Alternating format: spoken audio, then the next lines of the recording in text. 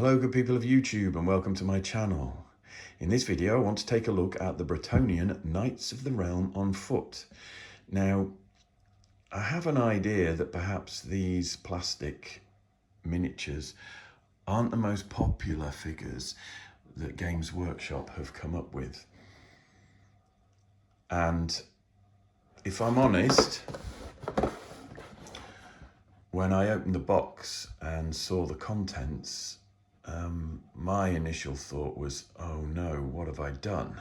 They're not cheap. You get 20 models in the box and they are quite elaborate. When you look at the box art, you can see there's a lot going on there, a lot of iconography, lots of pointy bits, lots of detail. And the sprues, if I can bring one up there, basically made my heart sink. So this looks like a very kind of typical offering from Games Workshop where we've got single pose multi-part models.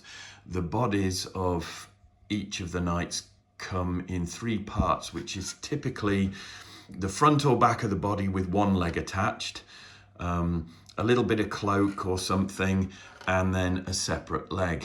So once you start snipping these off the sprue, you begin to see a sort of pattern emerging there, you know, front half of the body, back half of the body, and a leg.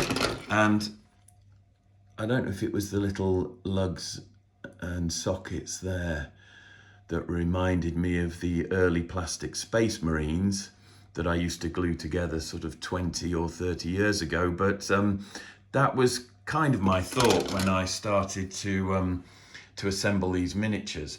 Basically, it's a medieval Space Marine.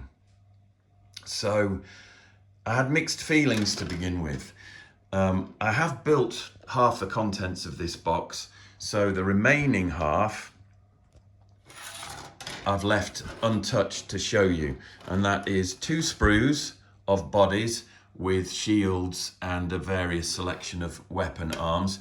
If we just take a quick look at the shields, they've all got little bits of Bretonnian iconography on, but if you turn them over, each shield has the forearm and the hand moulded on the back, which means that you are searching out little tiny bits like that in the center of the frame right now. Little tiny bits. And okay, they're numbered, but to complete the shield arm, you have to glue on essentially the shoulder of each arm. So yeah, it can get a bit tedious. So I did this in short stints. I sort of built three miniatures and then had a break, and then came back and built another 2 miniatures and had a break, and so on. But yeah, there are lots of intricate bits. And some of the heads, like I think this one here in front of my fingers here, that they come in 3 parts. Some of the heads come in 3 parts. So you've got a helmet, left side and right side, and then you have to glue the face and the neck on. So this was everything that I dread about the newer Games Workshop plastics. The final sprue that I want to show you is this one, which essentially contains the great weapons and some command options. And if we just look at the trumpet here, the end of the trumpet is separate from the body of the trumpet and the hand. Again, if you're not careful when you snip these things off the sprue, there are some very thin bits of plastic which stress when you're snipping or cutting, and before you know it, you can end up with something that's broken before you've managed to assemble a figure. Also, just have a look at the standard there, which has got some icon on it, and there's a front piece with candles on to glue on the front, and then there's a back piece as well to glue on. And it's all very fiddly and very intricate and requires a lot of care and attention to detail. Also in the box you get an instruction manual, black and white, with illustrations on how to assemble the various body parts and the options that are available for each body. Now, it is important to note that not every set of arms fits every body that you assemble, so you will have to study the instructions, make your choices, and just build the models carefully. There is not really much scope for customizing these models in any way.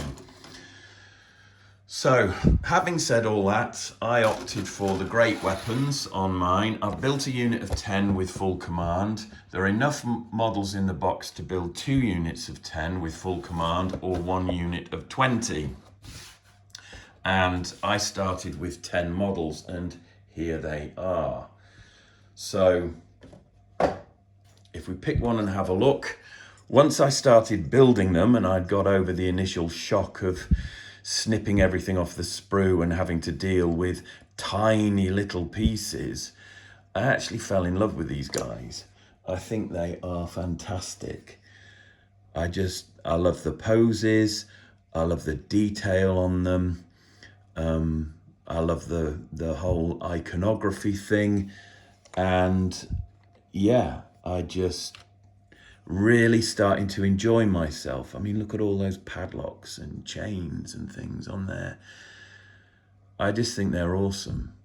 So my initial feelings of dread and loathing have actually turned into happy thoughts about how wonderful this unit can look.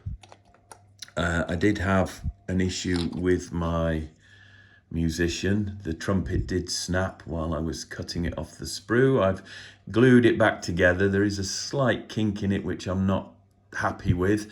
Whether or not I trim that little bit between the flag and the hand, whether I trim that out and glue the trumpet on slightly shorter, I don't know. We'll see how we go when I build the next 10. But this is the unit as it stands, and I do absolutely love these models. But when you rank all these guys up, you actually get a unit full of knights that is high fantasy, basically. Now, if you've seen any of my previous videos, you'll know that one of the things I'm into is the 100 Years' War, medieval warfare, War of the Roses, that kind of thing. And I'm always looking at ways in which I can create a realistic looking unit. Even if it's fantasy, I still like to create a bit of realism. I don't know if I can do this in one take now, or whether I will have to switch the video off and do some editing, but I'm going to try and have a go, because basically what I decided to do with this unit of Bretonnian Knights was add a little bit of realism. And I did it by converting some non-GW models to create a retinue for my foot knights. The idea being that in battles like Agincourt and Wars of the Roses, in 100 Years' War conflict, all these magnificent knights in shining armor would never have appeared in a unit together side by side. They would have been surrounded by other nobles, retainers, bodyguards, people who, you know, formed part of their cohort, if you like. So around every knight, there would be another noble or a man-at-arms or a lesser knight whose job it was to guard their lord.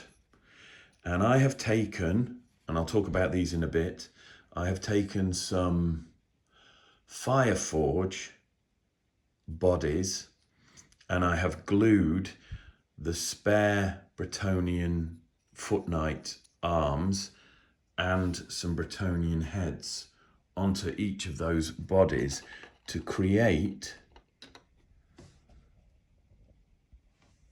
a sort of a retinue.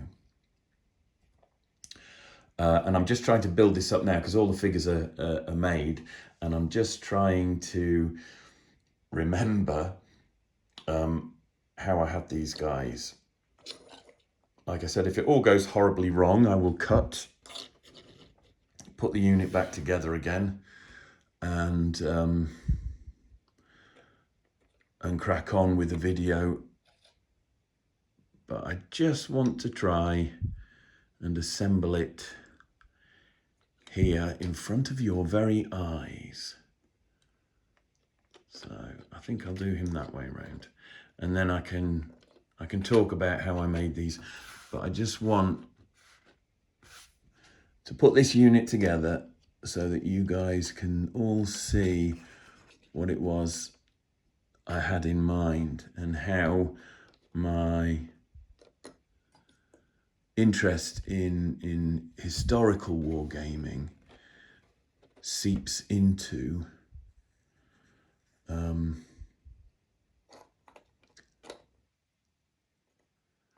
my fantasy gaming. Right, 2, 4, 6.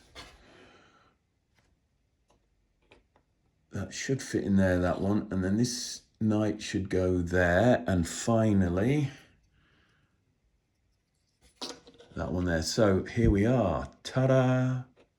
And I'll talk about this unit now. But this now, instead of being a unit of 10 Bretonnian Foot Knights with great swords, there, I've now created a unit of 18 Foot Knights with their supporting men-at-arms. And I've done this to try and inject a little bit of realism into the kind of the visual aesthetic of my Bretonnian army. And I also think that these models actually benefit these beautiful Knights of the Realm on foot, which I know are not necessarily people's favorites. But I think by adding some additional models of these kind of lesser knights or men-at-arms, you give the bigger models a bit of breathing space, and they can be they can be appreciated for how impressive they look. And okay, yes, these aren't painted yet, and it's only grey, and most of my videos have just been videos of grey plastic so far. I promise you I will be painting these guys. Anyone who's read my books will know that I can paint miniatures, but I get a real joy and a real thrill out of building stuff and kit bashing. As a figure sculptor,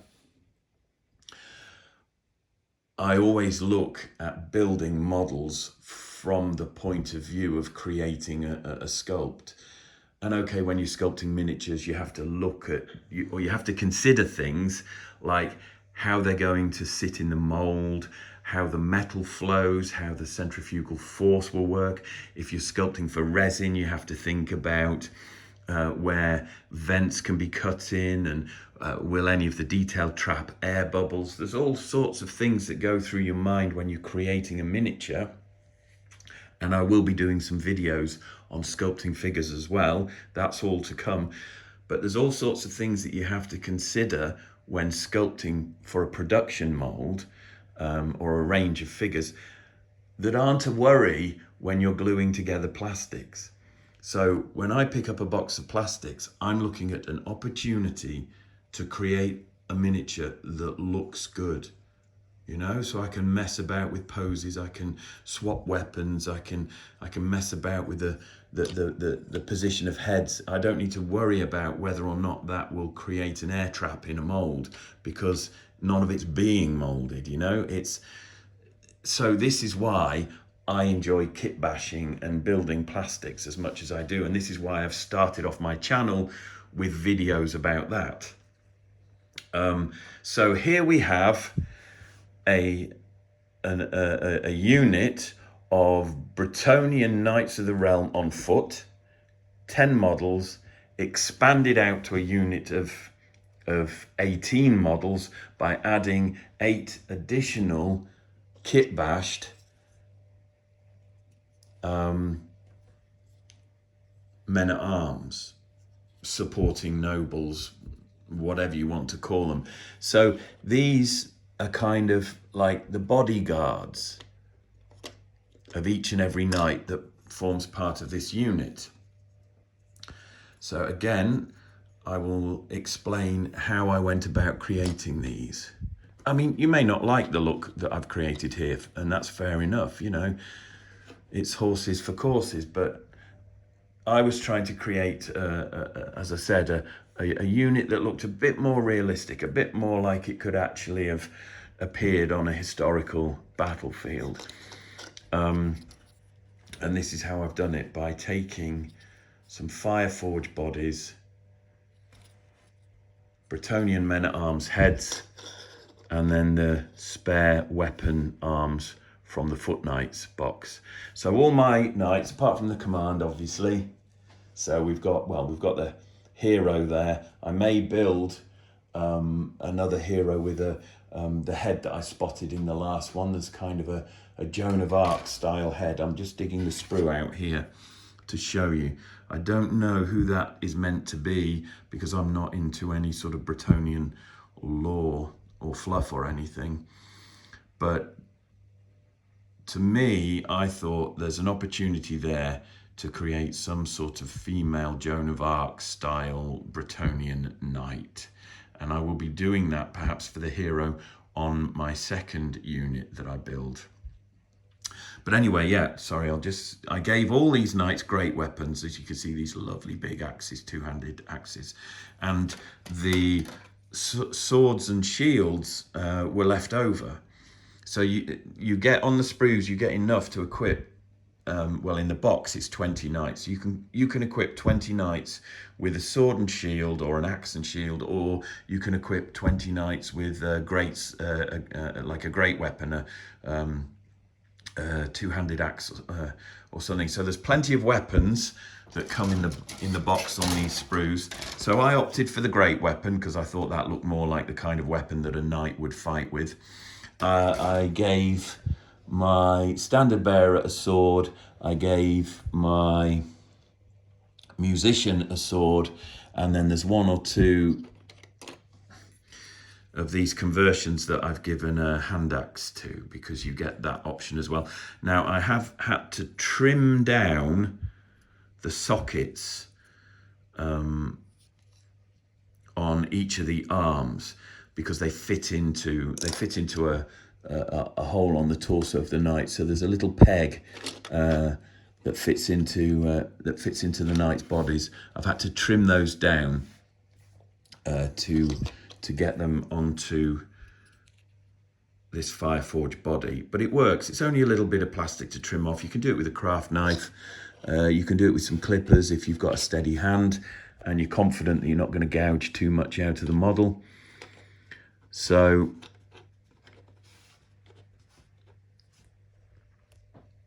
and then you can simply glue the shield arm when you've assembled it and the weapon arm to a FireForge body. And again, when I've put the Bretonnian heads on, I've trimmed off the little bit of neck that comes on the body, and there's a little bit of neck that is on the underside of the head. I just trimmed those off, smoothed them down, and created a surface that I could angle the head on. And the FireForge miniatures that I've gone for, I made sure I picked a body that had lots of cloth, lots of fabric on it. So some of the Bretonnian knights have got like tabards on over their armor. These are all wonderful opportunities for painting on some heraldry. So I'll be doing heraldry on the knights themselves, and then colours that complement the heraldry on each of these bodyguards, or sort of noble, the noble retinue that's in amongst these guys. So the question that you're probably asking now, if you're still here and you're still interested, is how did I make them? Well, I used these Foot Knights from FireForge Games. So I'll show you the box art. You can see there that they all come with sort of two-handed swords and helmets that are all very lovely and all very nice. And I may end up using elsewhere on my Bretonnian army, but this guy in particular caught my eye when I picked up the box, because I remember some of the studio paint jobs from the first release of Bretonnians, and maybe there's some Battle Pilgrims that still have these colours, this red and yellow, and I'm actually tempted to go for a colour scheme like this when I paint my Bretonnian army, but still, this caught my eye and I started thinking, yeah, maybe this is how I can bulk out my Foot Knights in my Bretonnian Old World army. So I picked up a box of these and basically just used the bodies. Didn't bother with the arms, as you see that they're all clad in chainmail. Now, I haven't used all the models out of this box, so I will be doing a separate review, and I will be looking at these models built and assembled and used in a sort of historical context. I do have, as I said before, other interests, including a Teutonic or sort of crusading medieval army. I use a lot of FireForge miniatures in my conversions. I'll do some scale videos as well when I look at these. So yeah, that's the box that I chose, and I'll do a quick look at the sprue here for you guys. You can see the bodies that I've picked here. Didn't bother with any of the shields or the weapons or anything, because once I started gluing those together against these knights, they did look too small. They did look like they were out of a different kit, and so the one experimental Foot Knight from FireForge that I built didn't work straight out of the box against these guys, these Warhammer Bretonnian Foot Knights. But then I didn't expect it to work, you know. These are 28mm historicals, and yes, their scale is maybe slightly more heroic than something like the Perry's. The Perry's proportions are very kind of, you know, realistic and anatomically faithful, we'll say, rather than correct perhaps, but they're anatomically faithful, whereas FireForge models tend to be a bit chunky, a bit more in line with some fantasy and some historical metals, and they're great miniatures. I love these.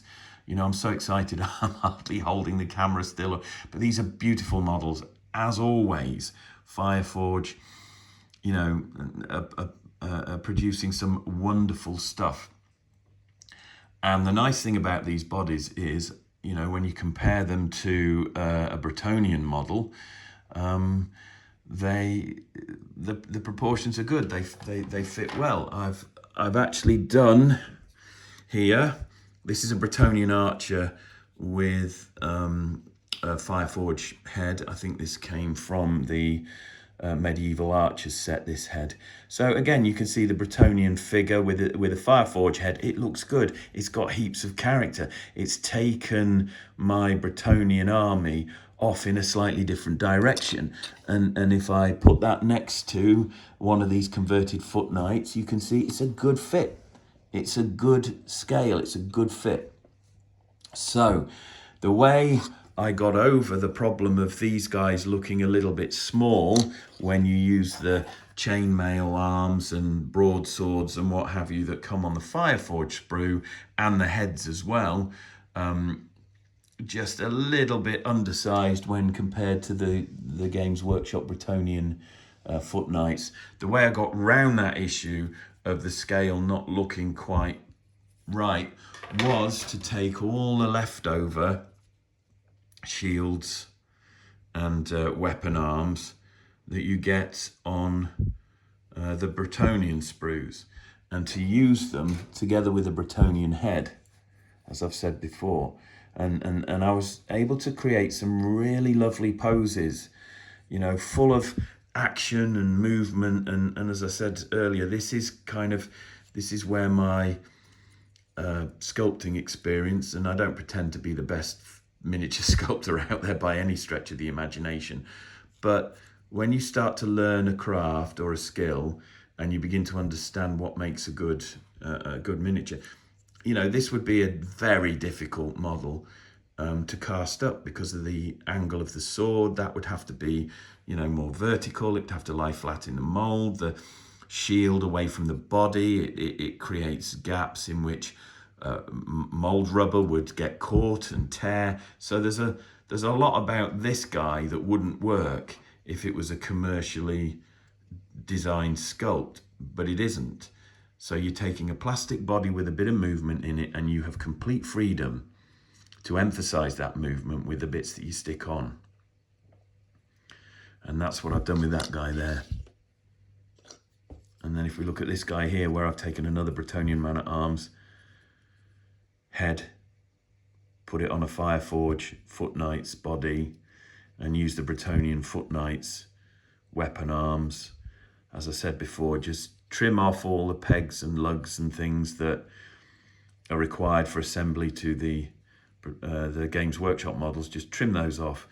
Get yourself a flat surface that you can then glue. I've still got some tidying up to do, as is always the case when I show you anything. There's a few little, you know, kind of detachment scars there to deal with.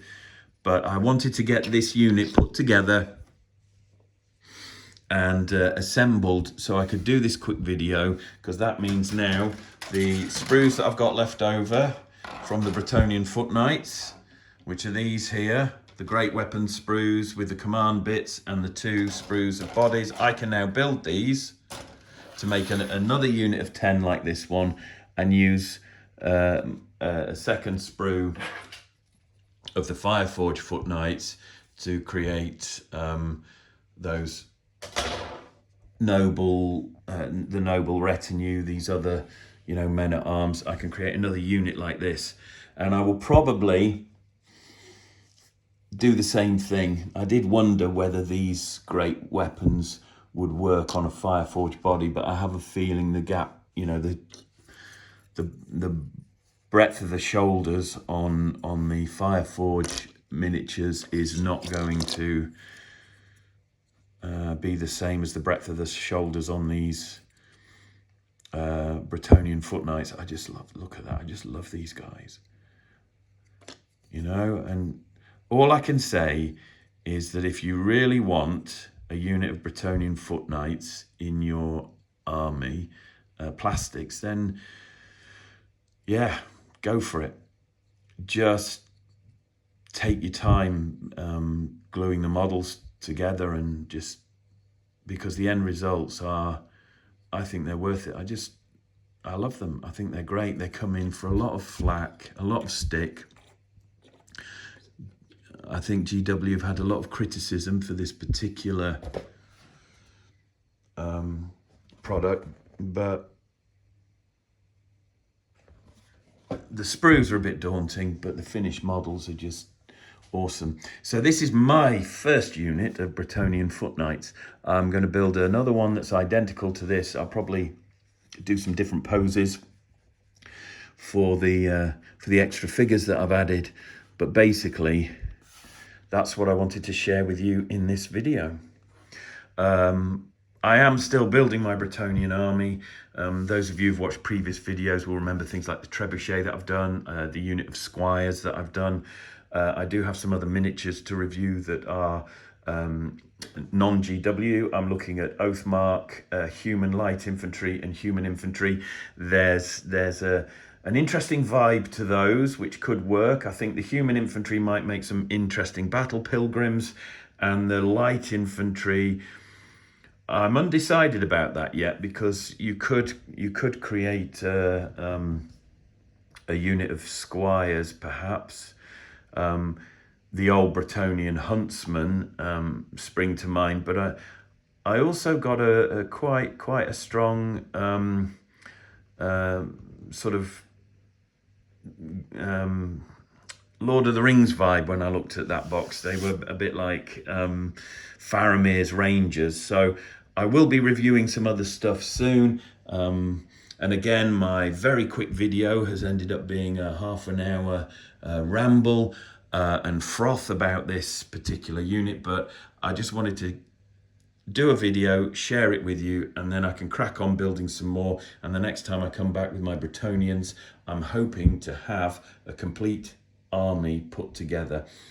And the next video I do where I'm reviewing FireForge models or Oathmark models, I will also be doing scale comparisons.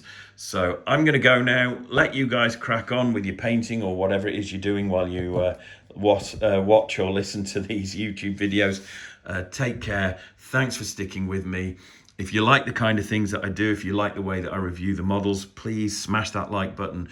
Please subscribe.